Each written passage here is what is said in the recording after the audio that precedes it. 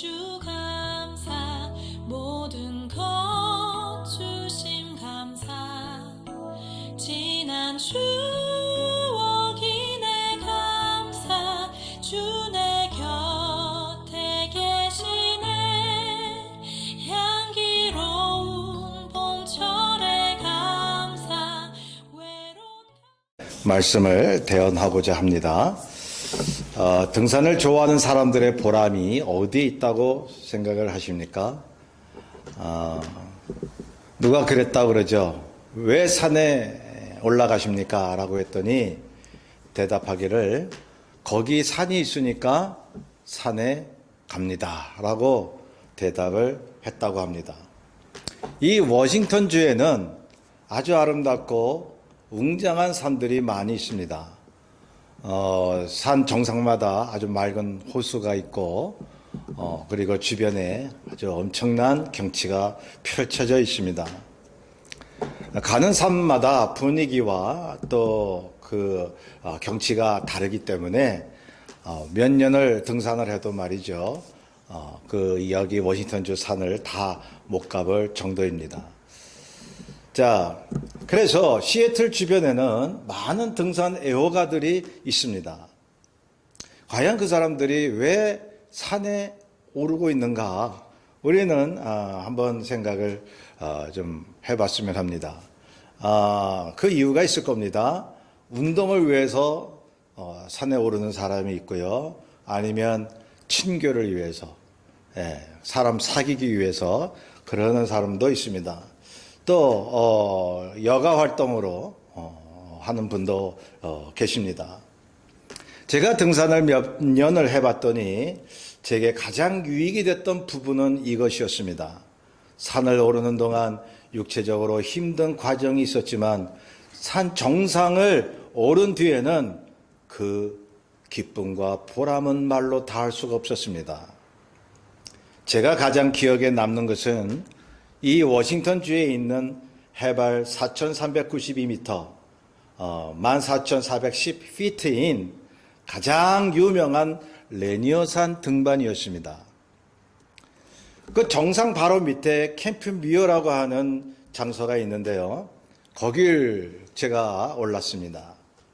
눈 덮인 산을 스노우 슈즈를 신고 5시간을 올라가는데 정말 지금도 기억이 생생합니다. 아주 힘들었습니다.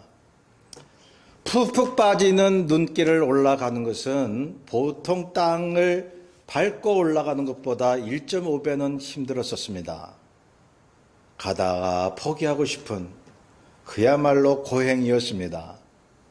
드디어 목적지에 다다르자 먼저 도착한 일행들이 저를 반겨주었습니다. 그리고 저보다 늦게 온 일행을 향해서 저도 박수를 치면서 격려를 해 주었습니다. 그 목적지에 올랐을 때 그 사방을 바라볼 때에 마음속에 스며오는 그 보람과 기쁨은 말로 다할 수 없기에 등산가들이 그것을 이제 기억하고 또 그런 기쁨을 누리기 위해서 계속 산에 오르는 게 아닌가 하는 생각을 하게 되었습니다. 그 캠프 뮤어를 갔더니요, 온 사방이 하늘만 보여요. 구름하고 하늘만. 그리고 밑에는 이제 구름도 있으면서 산이 쫙 깔려 있는 거예요, 사방에. 그러니 제가 천국에 올라온 그러한 느낌을 받지 않았겠습니까? 그 광경은 형언할 수가 없었습니다. 그 뿌듯함과 시원함, 내가 해냈다는 자신감이 생기는 거예요. 그 장소에서 떠나고 싶지 않았습니다. 제 눈앞에 들어오는 그 광경이 그야말로 황홀했었습니다. 성도 여러분, 저는 그래서 등산할 때마다 우리 삶의 또 인생을 아버지 생각나게 해 주시옵소서라고 기도를 많이 했었습니다. 이 인생은요, 등산과 같다고 생각이 들었던 거죠. 힘들고 어려운 시간을 보냈지만 그 고생의 시간이 끝난 뒤에 오는 보람과 기쁨이 있었던 겁니다. 생각해 보세요. 인생을 사는 동안 별로 문제나 고난 없이 사는 분들이 있을까요? 그러한 분들이 계시면 참다운 인생의 의미를 알 수 있을까요? 사람은요, 편안할수록 인생의 의미를 못 느낍니다. 삶의 보람이 뭔지를 느낄 수 없는 거죠. 그래서 사실 안전할수록 심각한 문제가 있는 것입니다. 그러나 삶이 고달프고 힘든 역경 속을 뚫고 지나온 사람들은 인생이 보링할까요? 삶의 무의미를 느낄까요? 아닙니다. 인생을 진지하게 생각하게 되는 것입니다. 그리고 고난 뒤에 오는 보람과 기쁨을 경험하게 되는 것입니다. 불가마 같은 뜨거운 삶의 고뇌 끝에 오는 인생의 참 가치를 알게 되고요. 또 자신을 돌아보고 또한 남도 이해할 줄 아는 그러한 기회가 되는 거죠. 그래서 성경은 고난이 우리의 유익이라고 말씀하고 있습니다. 우리의 믿음이 그렇습니다. 하나님은 우리를 택하시고 진정한 삶의 가치와 보람과 기쁨이 어떤 것인지 알게 하시기 위해서 고난을 허락하실 때가 있다는 것입니다. 하나님이 주신 참 기쁨이 무엇인지 경험하게 하세요. 그래서 이 고난이 많은 분들은요, 참 진지해요, 사람들이. 제가 이렇게 30년 이상을 사역을 한 결과 고난이 많고 힘든 가운데 살았던 분들이 남도 생각하고 주님 찾고 그러잖아요. 근데 반대로 인생이 힘드니까 그냥 귀찮다 그래서 하나님도 찾지 않고 그냥 캐서라세라 사는 사람도 있는 거죠. 여러분, 정말 하나님이 우리에게 주시는 고난의 의미는 참된 기쁨을 주시기 위해서 그런 것입니다. 하나님을 알게 하시기 위해서 그런 것입니다. 그 기쁨은 고난 속에서 다져진 인생의 가치와 보람입니다. 본문 시편 4편은 3편에 기록된 환난의 내용이 긴밀하게 연관되어 있습니다. 그 환난의 내용에 이렇게 4편이 이어져 오는데요. 이 환난을 겪은 다윗이 그 당시를 회고하면서 험난한 세파 속에서 얻는 믿음의 평안과 기쁨을 말하고 있는 것입니다. 이런 환난을 당해봤더니 이런 주님이 주시는 이런 기쁨이 있다는 거죠. 여러분 그거 경험해 보시고 이해하십니까? 인생 속에서 정말 견딜 수 없는 고난 속에서 주님이 주시는 평강과 기쁨 말이죠. 다윗이 여러 환난을 겪으면서 제일로 지키고자 했던 것이 있습니다. 그것은 어떤 유혹과 고난에도 하나님을 향한 믿음이었습니다. 불의 속에서 선을 행하며 이 원수의 공격 속에서도 하나님을 의지하는 것이었습니다. 그 어떤 환난에도 신앙의 양심을 지키는 것이었습니다. 성도 여러분, 우리 신앙인들이 제일로 관심을 갖고 지켜야 하는 것이 무엇일까요? 주님 믿는 사람으로서의 삶이죠. 예수 믿는 사람이 이 땅에 사는 동안 주님 믿는 사람답게 사는 것처럼 더 큰 이유가 있고 목적이 있을까요? 저는 예수 처음 믿을 때 병 고쳐 주옵소서, 물질 주옵소서, 또 무엇을 들어 주옵소서, 그렇게 응답 주시면 그게 최고의 기쁨인 줄 알았어요. 물론 주님이 주시는 기쁨이죠. 그런데 이 신앙생활을 하면 할수록 느껴지는 것은 주님이 주시는 기쁨은 따로 있다는 거예요. 그것은 하나님의 형상을 담고 사는 기쁨인 것입니다. 이러한 그 생각만 있으면요, 여러분 그 사람은 어떤 고난도 이겨낼 수가 있다는 거죠. 생각해 보세요. 문제와 장애물이 닥쳐왔을 때 세상 사람들의 방법과 혈기대로 내가 하고 싶은 대로 하면 고난이 쉽게 끝나는 부분들이 많이 있습니다. 그 사람이 한 대 때리면 내가 2대 때리는 거죠. 그럼 그 사람이 나를 얕보지 못해요. 근데 그 사람이 나를 계속 때려대는데 내가 계속 그 사람 계속 사랑하기 위해서 기도해주고 포옹해주면요, 이 사람이 점점 더 나를 공격한단 말이죠. 사실 하나님 말씀대로 사는 게 불가능합니다. 어떤 면에서는.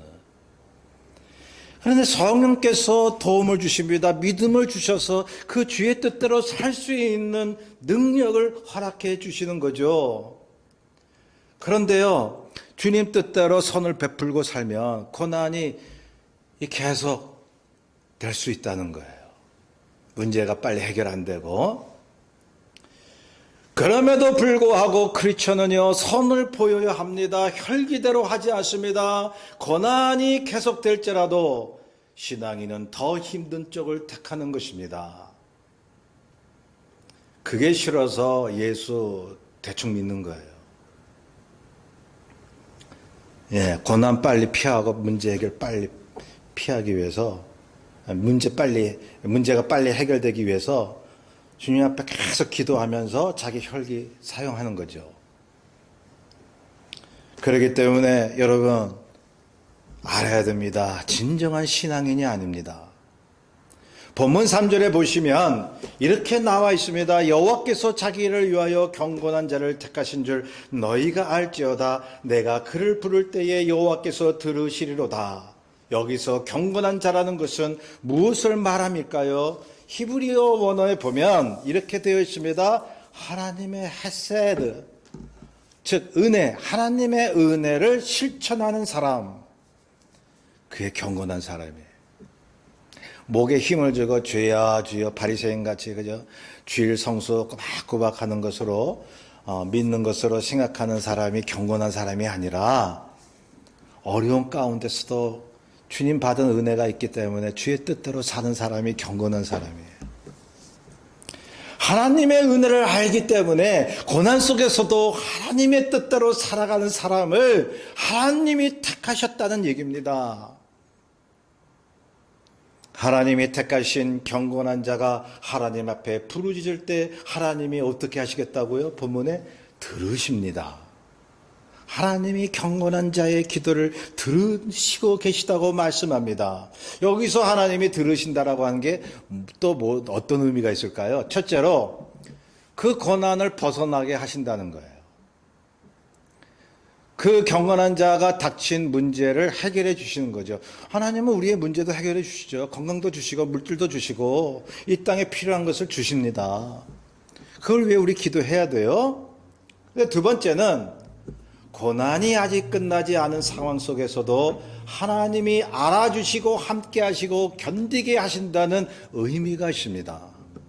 그래서 하나님이 들으신다라고 하는 것은요, 반드시 그 문제를 해결해 주신다는 것이 아니에요. 여러분 생각해 보세요. 우리가 믿음 생활하면서 문제 해결해 달라고 기도하는데 계속 해결이 안 되는 거예요. 계속 기도하는데도 잘 해결이 안 돼요. 해결이 안 됐다고 해서 하나님이 듣지 않으신 겁니까? 해결이 안 됐음에도 불구하고 듣고 계세요. 그러니 하나님이 경건한 자의 기도를 들으신다라고 하는 것은 그 문제를 해결하는 것도 의미가 있지만 반드시 문제가 해결되는 의미는 아닌 것입니다. 그러므로 이 믿음을 가지면 경건한 자의 기도를 하나님이 항상 반드시 들으신다는 것을 알 수가 있는 것입니다. 하나님이 알고 계시고 듣고 계신다는데 뭐가 문제입니까?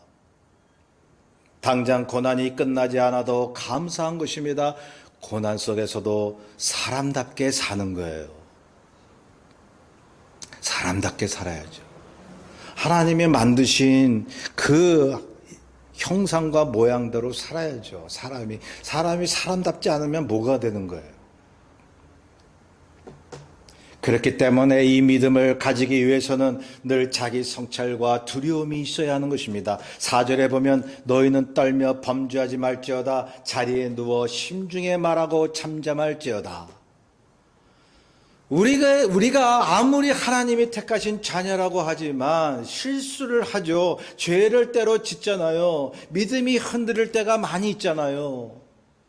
하나님 앞에 원망하고 불평할 때가 있습니다. 그래서요, 자신을 알기 때문에 택함을 받은 사람들은 세상을 두려워할 것이 아니라 하나님을 두려워해야죠. 떨어야 합니다. 잘못된 길로 갈까봐 늘 긴장해야 합니다.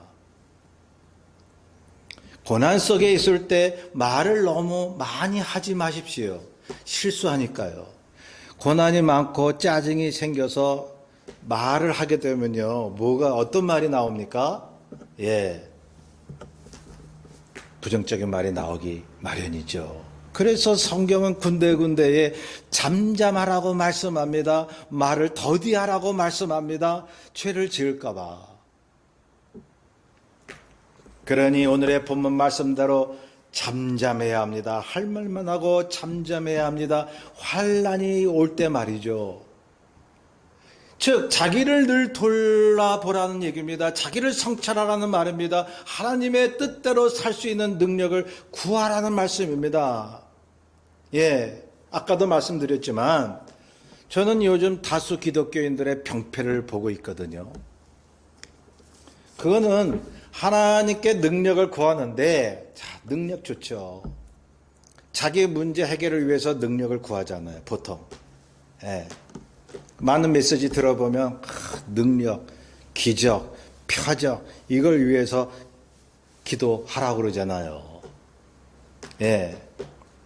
그런데 많은 기도가 하나님 앞에 부르짖는 그러한 기도가 기능적인 것에만 맞추어져 있지는 않습니까? 하나님은 문제 해결자. 내가 기도해서 하나님 앞에 받으면 감사하고 기쁜 거예요. 예. 거기에만 맞춰져 있지는 않나요? 여러분, 그것도 매우 중요하지만 더 중요한 것이 있다는 사실입니다. 정말 본문에 나오는 경건한 신앙인은 하나님 앞에 기도하는데 진정한 능력을 구합니다. 성숙한 신앙인은요, 하나님 앞에 뭘 구해야 할 거라고 하는 것을 알아요. 그것이 뭐냐 하면 고난 속에서도 견딜 수 있는 능력입니다. 환난 가운데서도 하나님의 뜻대로 행할 수 있는 능력입니다. 주님처럼 십자가를 질 수 있게 해달라고 하는 그러한 기도입니다. 모든 유혹을 물리치는 능력을 달라는 기도죠. 여러분, 미성숙된 기도와 성숙된 기도가 있습니다. 그래서 오늘날 믿는 자나 안 믿는 자나 정말로 세상을 바라보면서 한탄해하는 것이 있지 않나요? 그것이 뭐냐 하면 사람다운 사람을 찾는 게 힘들다는 거예요. 사람다운 사람. 더욱이 우리 크리스천들이 많은 교회를 바라보면서 탄식하잖아요, 오늘날. 정말로 그리스도의 향기와 빛을 발하는 교회가 어디에 있는가를 애써 찾아볼 정도예요. 교회는 많지만 교회는 없는. 교회 안에는 교인 수가 많이 있지만 교회 밖에는 교인 수가 없는. 그러니 디오게네스인가요? 낮에 등불을 켜서 찾아 헤매는 사람처럼 여러분, 하나님이 찾고 계시지 않겠습니까? 하나님께서 정말로 주님 앞에 경건하게 삶을 사는 자를 애타게 찾고 계시지 않겠나요? 교회를 보고 한탄해하는 것이 오늘날 현실입니다. 하나님을 모르는 사람들도 그렇게 말한다고 하죠. 교회라도 좀 양심적이고 정의로운 모습을 보여달라고. 그리고 오늘 TV 프로그램에서 막 교회 목사들 막 뒷다 비판하는 그런 내용들이 요즘 많이 나오잖아요. 다른 사람들은 그저 그럴 수 있나 보다라고 하는데 특히 목사나 교회가 잘못하면 그냥 대문짝만하게 광고를 하잖아요. 광고를. 오늘날 교회가 이렇다고. 저는 그것을 한탄스럽게 생각은 하지만 한편으로는 그런 생각도 해요. 세상 사람들이 정말로 정의와 사랑을 찾지 못하는 세상 사람들이 교회라도 좀 그렇게 해줬으면 하는 마음에서 저런 프로를 만들었다고 생각도 해요. 그래서 그 프로를 만든 사람이 끝에 뭐라고 얘기하냐면요. 너희는 세상의 빛이요 소금이다.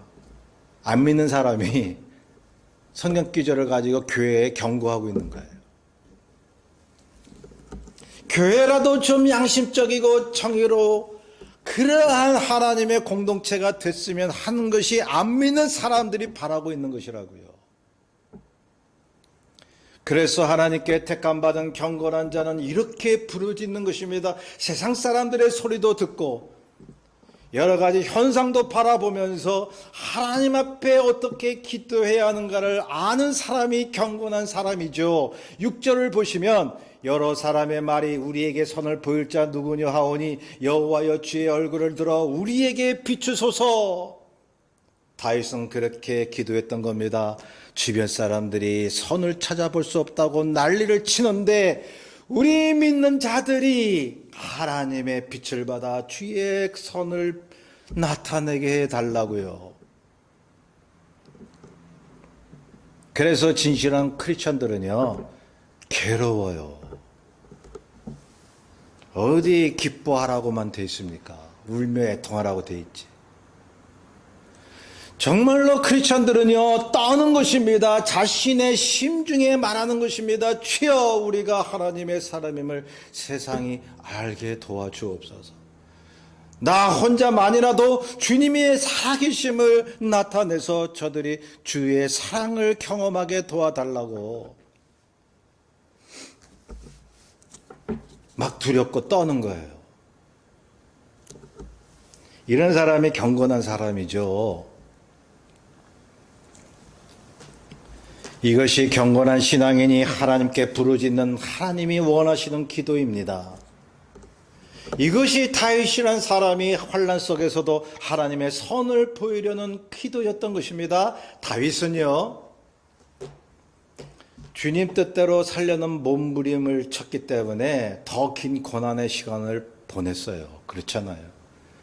사울, 자기를 죽이려고 쫓아다니는 사울을 죽일 기회가 2번 있었는데 안 죽이잖아요. 안 죽이는 게 주의 뜻이라고 믿었기 때문에. 그래서 고난이 더 길어졌어요. 그런 고난의 시간을 보냈지만 그 고난은 다윗에게 있어서 무의미한 것이 아니었습니다. 환난 속에서도 주님의 뜻대로 선을 행했다는 뭐가 있습니까? 본문에 선을 행했다는 기쁨이 있었던 거예요. 기쁨이. 크리스천의 기쁨은요, 고난을 잘 견딘 후에 오지만 고난 중에도 더욱 빛을 발하는 것입니다. 성도 여러분, 우리 믿는 자들의 기쁨이 무엇이던가요? 예수 믿고 천국 가는 기쁨. 이거 굉장한 겁니다. 예수 믿고 천국 가는 기쁨. 또 뭐가 있습니까? 이 땅에 살 때 내가 기도하면 지켜주시고 동행해 주시는, 내 문제도 해결해 주시고 알아주시는 그런 기쁨도 있죠. 이 기쁨 마땅히 가져야 됩니다. 그런데 정말로 우리가 갖는 기쁨은 다시 한번 강조합니다. 주님의 형상을 담고 사는 기쁨입니다. 그럴 수 없음에도 불구하고 주의 성령 안에서 주의 뜻대로 살 수 있는 기쁨이죠. 제가 이거 몇 번씩 지금 강조하잖아요. 정말 제가 여태까지 이 메시지 전하면서 강조했던 것이요, 주의 뜻 행하고 말씀 전하고 주님처럼 사는 게 진짜 복음이고 그것이 기쁨이고 능력이다라고 많이 얘기했거든요. 그러니 어떤 분이 저한테 그렇게 얘기를 해요. 목사님, 그렇게 설교하면 안 된다고. 성도들이 뭘 원하는지 알아야 된다고. 그럼 어떻게 설교해야 됩니까?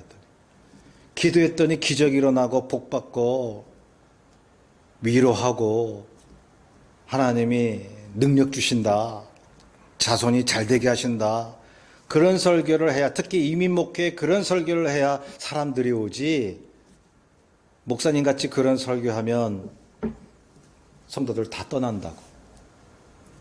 그러니까 많은 사람들이 떠났어요.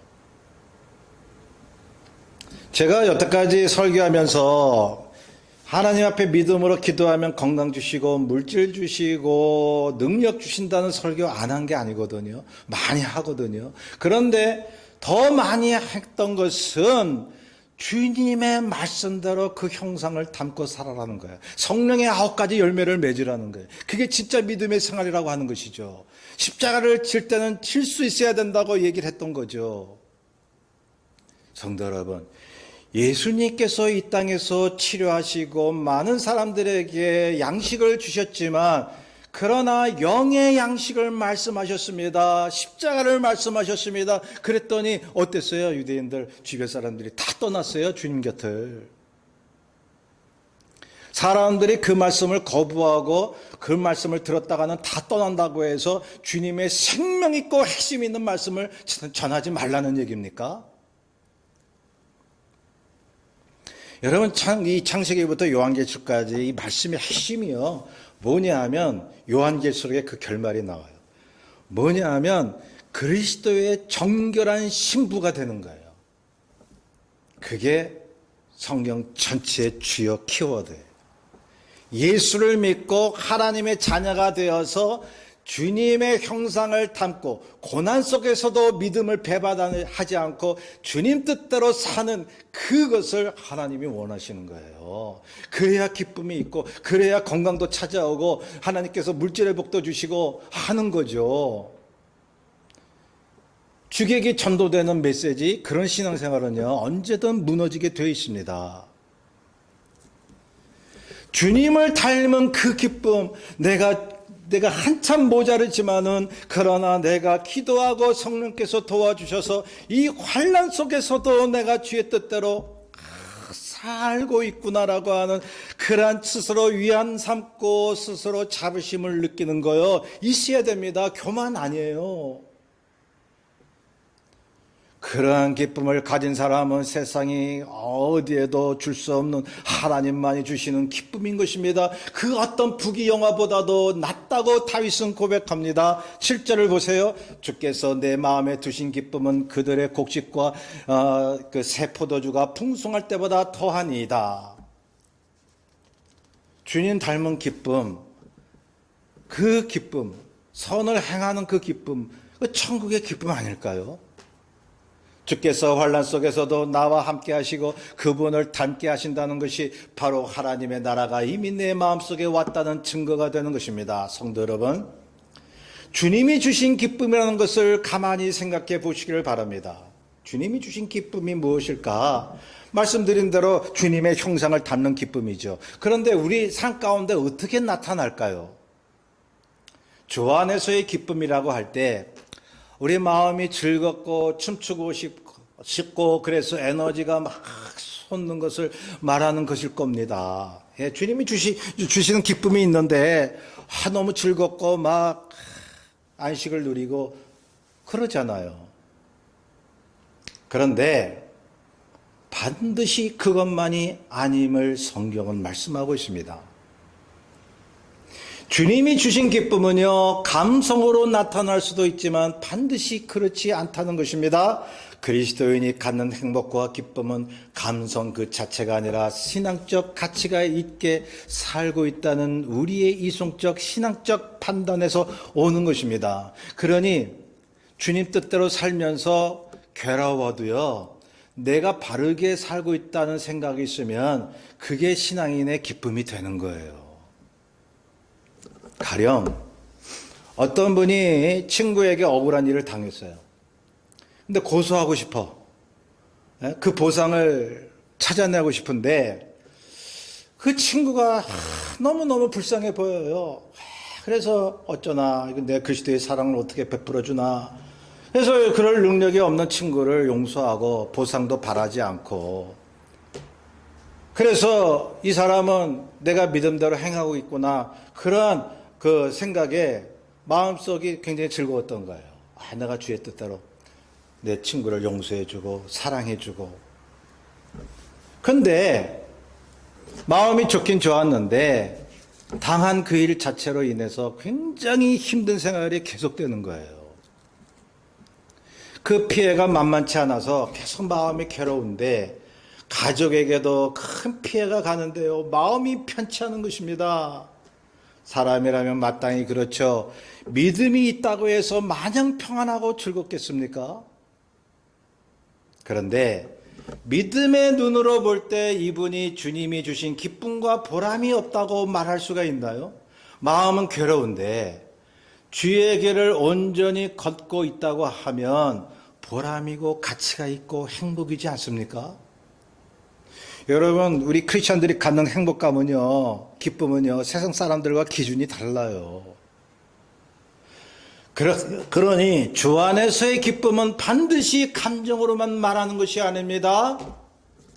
바로 괴로운 삶 가운데서도 보람과 가치를 느낄 때 그것을 크리스천의 행복이라고 말합니다. 주님은 우리에게 참 평안과 기쁨을 주신 분입니다. 또한 그렇게 사셨습니다. 그렇다고 해서 주님이 마냥 웃는 얼굴로 사셨을까요? 그분에게는 괴로운 시간이 많았습니다.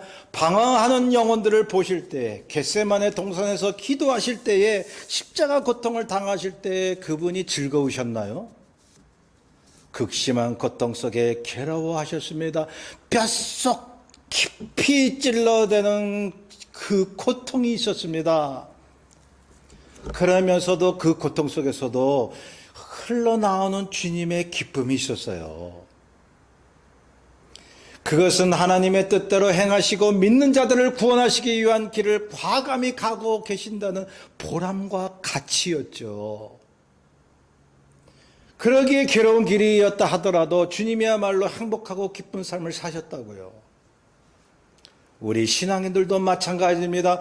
고난 속에서 주의 길을 묵묵히 가고 있을 때 힘든 일이 많이 있지만 내가 가고 있는 길이 가치 있고 외롭더라도 보람 있고 하나님이 알아주시는 길이라고 한다고 하면 기쁜 거예요. 행복한 거예요. 마음이 무겁더라도 괴로움 속에 기쁨이 있는 거예요. 그래서 이혜인 씨의 행복이라는 시가 있는데요. 제가 이 시를 굉장히 좋아하는데요.